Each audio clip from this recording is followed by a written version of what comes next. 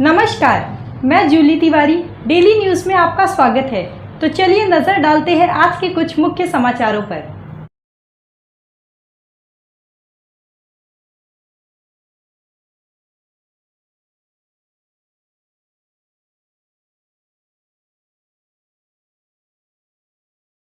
शिवसेना ठाकरे गुट ने की बड़ी घोषणा, 65 उम्मीदवारों की सूची जारी।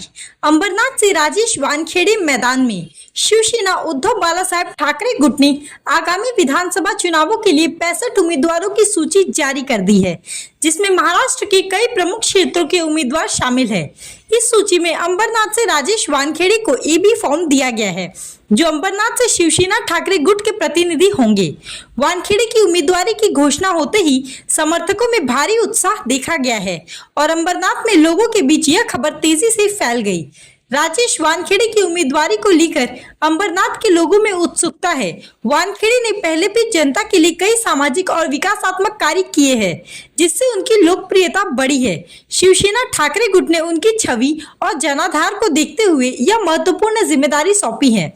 क्षेत्र के लोगों का मानना है कि वानखेड़े की जीत से अंबरनाथ का भविष्य उज्जवल होगा और क्षेत्र में विकास कार्य तेजी से होंगे। शिवसेना ठाकरे गुट ने इस बार 65 सीटों पर उम्मीदवार उतारे हैं, जिनमें एमएमआर मुंबई मेट्रोपॉलिटन रीजन के 24 उम्मीदवार भी शामिल है। इस सूची में कई बड़े बड़े और प्रभावशाली नेता भी शामिल है, जिनमें वर्ली से आदित्य ठाकरे, ठाणे से राजन विचारी और विक्रोली से सुनील राउत जैसे प्रमुख नेता भी शामिल है। इन उम्मीदवारों की सूची को देखकर स्पष्ट होता है कि शिवसेना इस चुनाव में पूरी तैयारी के साथ मैदान में उतरी है। शिवसेना ठाकरे गुट ने महाराष्ट्र के विभिन्न क्षेत्रों में अपनी मजबूत पकड़ को दिखाते हुए यह सूची जारी की है। पार्टी की मशाल चुनावी मैदान में धधकने को तैयार है और उम्मीदवारों की यह सूची शिवसेना के आत्मविश्वास को और बढ़ाती है। पार्टी के समर्थक और कार्यकर्ता पूरे उत्साह के साथ इन उम्मीदवारों का प्रचार करने में जुटे हुए हैं।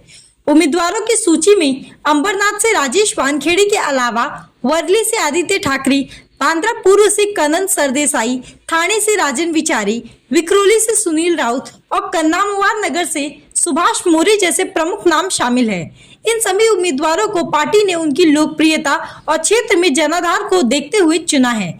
शिवसेना ठाकरे गुट के ये सभी उम्मीदवार अपने अपने क्षेत्रों में जनता के बीच अच्छी पकड़ रखते हैं।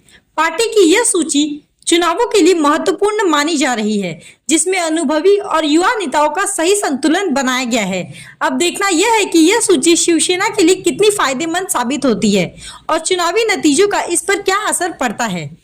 अंबरनाथ में राजेश वानखेड़े की उम्मीदवारी से राजनीतिक माहौल गरमाया हुआ है और जनता उनके समर्थन में सड़कों पर उतर आई है।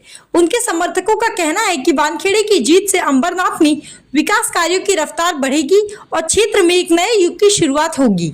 अब देखना यह होगा कि महाविकास आघाड़ी गठबंधन इन उम्मीदवारों के साथ मिलकर कैसे कार्य करती है और चुनावों में अपनी स्थिति को और मजबूत कैसे करती है। रोड का प्रॉब्लम से हमें यहाँ पे कॉलेज लाने हैं, हॉस्पिटल चाहे हॉस्पिटल बनाना है। उसके बाद हमारा शिव मंदिर का भी प्रॉब्लम है और उसके बाद अपने जो हमारा जो अंबरनाथ शहर है ये कामगारों का शहर है और कामगारों के लिए हमें बहुत कुछ करना है। सभी लोग पार्टी के लोग यहाँ पे रहे, जो अभी आपको दिखाई दे रहे हैं, करोतिया साहब भी है, फातिमा शेख भी है और बहुत सारे लोग यहाँ पर राष्ट्रवादी और कांग्रेस के हैं। उद्धव साहब का बहुत आभारी हूँ कि जो उन्होंने मेरे कुछ पे विश्वास रखा है। सर अंबरनाथकरांच्या माध्यमातून पूर्ण करायचा प्रयत्न करायचा। साहेब काय जनतेला काय म्हणजे काय तुमचं काय वचन आहे? ठीक, आमचं हे वचन आहे की अंबरनाथ मध्ये संपूर्णपणे पाण्याची व्यवस्था करणे आणि जे काही संविधानिक कार्यक्रम आहेत ते सगळे राबवणे। 2024 का जो दिन है, हम सब जितने भी लोग हैं, महाविकास आघाड़ी के, शिवसेना के कार्यकर्ता, कांग्रेस के कार्यकर्ता, राष्ट्रवादी के कार्यकर्ता, सब पक्ष मिलकर बहुत खुशी का दिन है साथियों। और ऐसा हमें उम्मीदवार दिया है यहाँ 100 विधानसभा 140 में कि जो सभी से मिलनसार और सभी के काम काज करने वाला व्यक्ति, उनका नाम है राजेश वानखेड़े। और उद्धव साहब ठाकरे जी ने ये जो विश्वास जताया वो इसलिए जताया है कि ये सबके साथ में रहने वाले, काम करने वाले और एक अच्छा आमदार मिलेगा। इसमें सभी समाज का कामकाज भी होगा और हम जितने भी लोग हैं, शिवसेना के कार्यकर्ता, राष्ट्रवादी के, कांग्रेस के, सब पूरी रात दिन एक कर देंगे और बड़ी बहुमत से राजेश वानखेड़े जी को चुन के लाएंगे। तो आज के लिए बस इतना ही। कल फिर मिलेंगे इसी समय इसी चैनल पर। तब तक के लिए मुझे दीजिए इजाजत। धन्यवाद।